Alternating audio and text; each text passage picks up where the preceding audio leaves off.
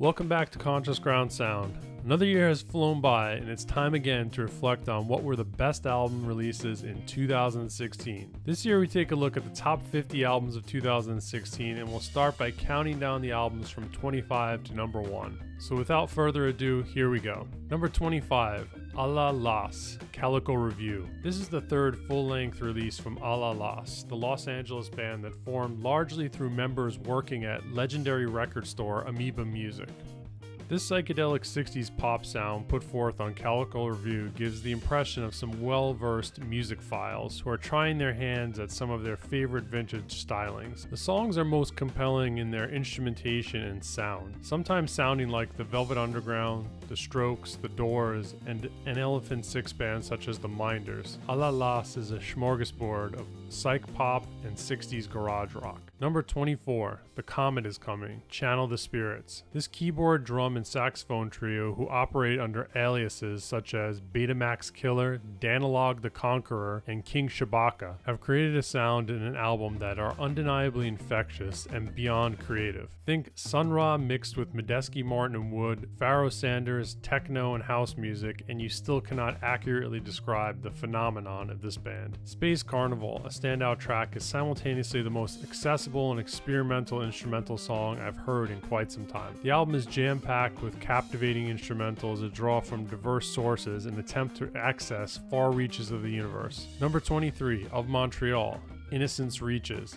It's not a reach to say that this album is in the top 25 albums of the year. Kevin Barnes brings forth his standard gender-bending material on tracks such as Let's Relate and It's Different for Girls. Gratuitous Abysses is one of the shining moments on the album that features the full band in all their glory and deals with the precipice of emotional breakdowns that Kevin Barnes seemingly stands on the edge of on at least one track for each album. My Fair Lady is another divorce song that has a strong hook and a meandering bass line that swaggers about. The best moments on Innocence Reaches are during tracks such as Les Chants de Maldoror that are edgy full band rock arrangements, while the solo drum machine creations such as A Sport and a Pastime and Trashed X's are of the less interesting variety. Number 22, Marshmallow Coast, Vangelis Rides Again. Of Montreal veteran and solo artist Andy Gonzalez further refines his sound and production to put forth a funky collection of songs that rivals his pop star collaborator Kevin Barnes this year. Hash Out, Cash Out, Vangelis Rides Again, and Mystical Shit are the standout tracks on this Elephant Sixers' latest album. The guitar melodies, synths, fun lyrics, smooth drums, and funky bass make this album shine.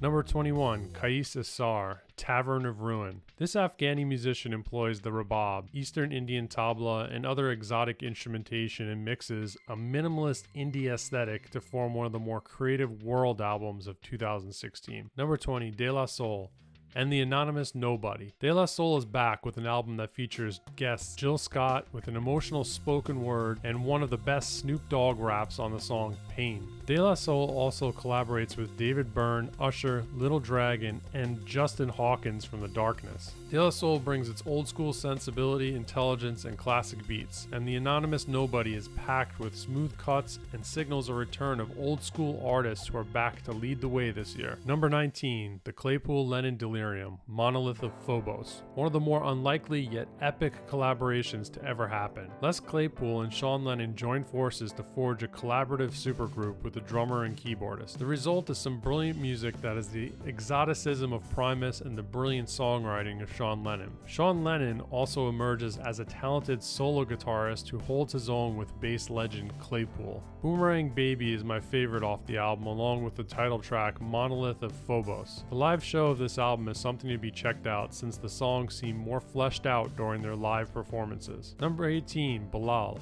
In Another Life. Bilal, a contemporary and collaborator of Adrian Young, has given us a new voice and sound that, like Young, draws from vintage sounds and classic soul, funk, and R&B. Bilal features big names such as Kendrick Lamar and Kimbra, but has also written some great tracks with Adrian Young such as Open Up the Door. That sounds like a lost Stevie Wonder track from the archive. There are some serious hooks on this album and an integrity that belies the material on tracks such as I Really Don't Care. Bilal can sing, and he's definitely done his soul homework. In Another Life has songs that probably won't top the charts, but they should. There is sincerity, real instrumentation, real musicianship, and a collection of songs that would make the Delphonics smile. Number 17, Karl Bramall, 4th of July. My Morning Jacket guitarist Karl Bramall emerges with his second solo album that shows a strong songwriting and a vocal prowess with tracks such as Sleepy Lagoon and In the Dark, which sounds akin to a well-written Andrew Bird song. The album has some thoughtful melodic pop music mixed with some schmaltzy jazz sounds and other surprises. Sleepy Lagoon is the standout track that is quite possibly the best straight-ahead pop song of the year. Number 16, Paul Simon, Stranger to Stranger. I'm astounded that Paul Simon is putting forth this level of quality at 75 years of age. Stranger to Stranger is a reminder that Paul Simon is one of the best songwriters of the past 5 decades, and he still retains that high level of integrity. Stranger to Stranger tackles many themes, including homelessness, mental illness, political corruption, war, and love. Simon works with world electronic artist Clap Clap and uses experimental Harry Partch instruments to make another intriguing solo release. Number 15, Fish, Big Boat. Fish is back with their second album release after the reuniting of the group after the breakup from 2004 to 2009. While this is not Fish's best album, it's still a formidable album in comparison to the deluge of miserable crap floating around in the popular music commode. Big Boat drifts into emotional territory with the song Miss You, about the grief of Anastasio's recent loss of his sister. There are also tracks such as Waking Up Dead from Mike Gordon, which employ a more edgy sound that draws on metaphor. Overall, the band retain their optimism amidst the turbulence of our times and deliver us a life raft while they cruise by on their big boat. Number 14, Album Leaf, Between Waves. The Album Leaf is Jimmy LaValle's solo vehicle, and Between Waves is one of 2016's best synth-laden experimental pop albums. The majority of the album is ambient instrumental tracks that flow like Philip Glass with a beat, and some powerful vocal tracks thrown into the mix. The result is a solid album from start to finish that takes you on a sonic voyage powered by some of the best synthesizers and acoustic instruments alike. There are elements of post-rock, electronic, and jazz that form a textural blend of sound that has the aesthetic of the band Tycho mixed with the vocal stylings of James Mercer. Number 13, Michael Kiwanuka, Love and Hate. British songwriter Michael Kiwanuka has gotten together with Danger Mouse to brew some of the most inspired and moody funk, soul, R&B, and blues music of the year. The album is dark but speaks to the themes of suffering, relationships, and the inequity of a black man in a white world. The songs are reminiscent of Marvin Gaye, Otis Rush, and a host of other great influences.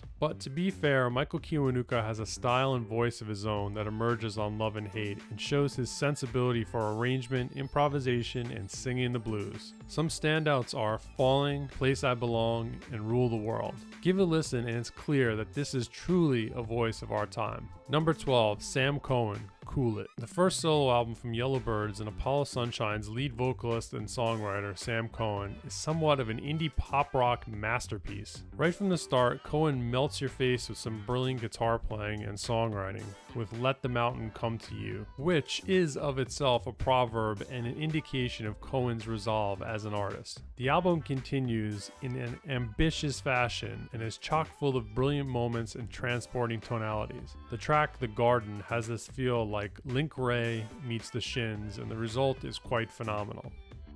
The guitar is reverb drenched and the synth lines are thick and pleasing. Tracks on Cool It have solid verses, choruses, bridges, solos, melodic interludes throughout, and all of the elements that make great songwriting. This is an album to take a closer look at. Number 11, The Villagers, Where Have You Been All My Life? Irish band The Villagers, led by songwriter Colin O'Brien, have put forth one of the most compelling and beautiful albums of the year that presents emotional and textural masterpieces that are actually reworked songs from their catalog of albums. Though these are cover versions of their own songs, The Villagers have reinvented their sound and presented a full album of brilliant arrangements that have a somber and simultaneously intense emotional delivery. Had these been entirely new tracks, this album would be in my top 10 without question.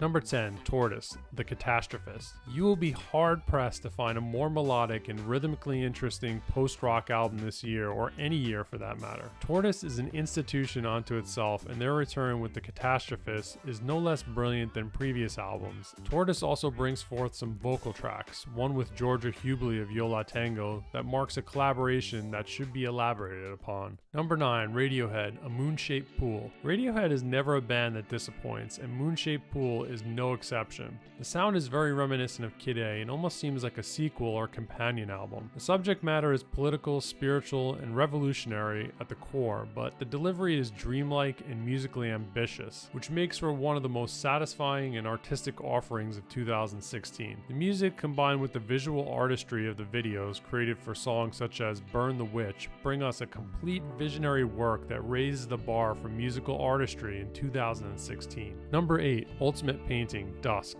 This British duo of James Hoare and Jack Cooper is one of the most compelling psychedelic indie pop albums of recent date that is full of seamless vocal harmonies, Fender Rhodes piano, Hammond organs, and melodic jangling guitar lines. The album flows well as a complete work, and the songs are simple yet melodically and sonically pleasing to the ear. Dusk creates an undeniable mood that can recalibrate your mind to a more mellow and beautiful place. The lyrics are serious yet lighthearted and humorous, and the instrumentation is meticulously vintage along with the analog home recording techniques employed by the duo. Number 7. Adrian Young, Something About April 2. Adrian Young is not a name that you will hear often, but he's bringing some of the most inspired music forward that has its roots in classic R&B, funk, soul, hip-hop, and alternative rock and pop music. Young collaborates with Letitia Sadier of Stereolab, Lauren Oden, and Bilal throughout the album, and he offers a glimpse of a vintage-inspired soundtrack that will someday become a cult classic.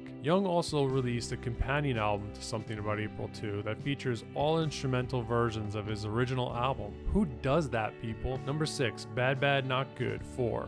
This Canadian jazz funk soul electronic post-rock quartet has brought us an album that is some of the best instrumental music of 2016, along with some of the most ingenious vocal collaborations of the year. 4 is jam-packed with amazing music from start to finish and draws on some prominent vocalists such as Samuel T. Herring from Future Islands with Confessions Part 2, MC Mick Jenkins with High Sop of Love, and Charlotte Day Wilson with In Your Eyes. The track Lavender is an instrumental collaboration with Kaytranada that shows that Bad Bad Not Good are evolving and forging a new sound. Number 5. Wilco, Schmilko. Jeff Tweedy and Wilco are back and producing albums like a well-oiled machine. Their previous album, Star Wars, was an exclamation of artistic freedom that displayed a penchant for dissonance and experimentation. But the band has returned to its more folky, country, alternative rock tendency with honest, emotive songs that relate to the life and experience of Tweedy in childhood and as an adult. Overall, the songs work well together and a cohesive album emerged that is buttery from start to finish. Number 4. Fruit Bats, Absolute Loser. The Fruit Bats return with a new lineup and an album that pulls you in from start to finish. Songwriter Eric Johnson has honed his skills over the years to make an album that is one of the best indie folk country rock albums of the year, with some help from producer Tom Monahan. Absolute Loser is devoid of pretentiousness. The musicianship is top-notch, and the songs hearken to solo material of Lennon, Harrison, and McCartney. Number 3. Cass McCombs, Mangy Love. This is one of the most surprising albums of the year that shows the sensibility and originality of veteran songwriter Cass McCombs with his 10th solo album, Mangy Love. McCombs' Mangy Love is one of the most stylistically diverse albums of the year, with poignant lyrics about political and social commentary on Bum Bum Bum, feminist meanderings on the track Run Sister Run, egalitarianism and the contradictory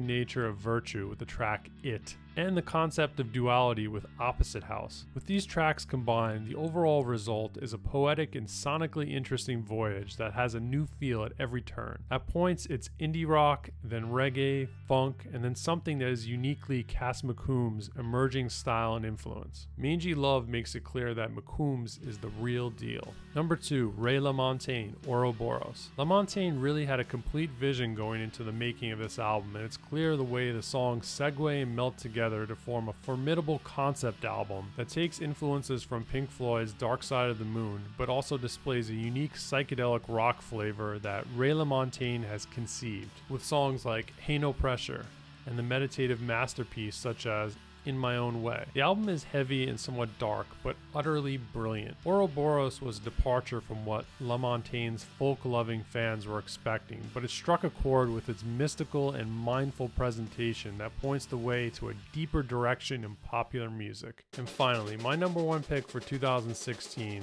number 1, Anderson .Paak, Malibu. Undeniably the most joyful and diverse album of 2016. Paak brings forth an incredibly personal album that shows the broad broad scope of his talents with songs that are bound to become future soul classics, such as The Bird, Put Me Through, Am I Wrong, Come Down, Celebrate, and The Dreamer, to name a few. This album is mainly a semi-autobiographical portrait of Paak's life with some political underpinnings that frame the struggle he's endured en route to success. Overall, there's humor, humanity, beauty, honesty, and joyfulness, which is in rare supply these days. Malibu is a complete package that breathes a breath of fresh air into the music scene as a whole, since it crosses into so many genres and is as vibrant and interesting as the album cover that adorns it. Paak signed to Dr. Dre's label this year and has risen to a place of well-deserved prominence after the release of his 2016 Malibu. This has been the top 50 albums of 2016, 1 through 25, part 1, from Conscious Ground Sound. Check out the sequel video, part 2, to see the top albums of 2016, 26 through 50. Make sure to let me know what some of your favorite picks for 2016 are in the comments below. If you enjoyed my picks for 2016, share this video on your Facebook page and other social media, and subscribe to Conscious Ground Sound for more review notifications and upcoming 2017 albums.